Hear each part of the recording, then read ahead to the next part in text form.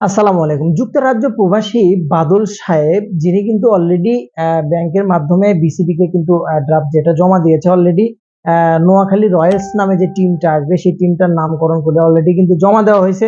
তো প্রসেসিং সবকিছু যদি ঠিক থাকে, কালকে যেহেতু বোর্ড মিটিং আছে, প্রসেসিং যদি সবকিছু ঠিক থাকে হয়তোবা আসছে নোয়াখালী হয়তোবা হবে বিপিএল এর নোয়াখালী রয়্যালস নামে। তো ফ্যান বেজের দিক থেকে ভাই বরিশাল নোয়াখালীকে পিছনে ফালানোর মতো কিন্তু অবস্থা কারণ সত্যিকার অর্থেই এত ক্রেজ তাদের আসলে বলার মতো না।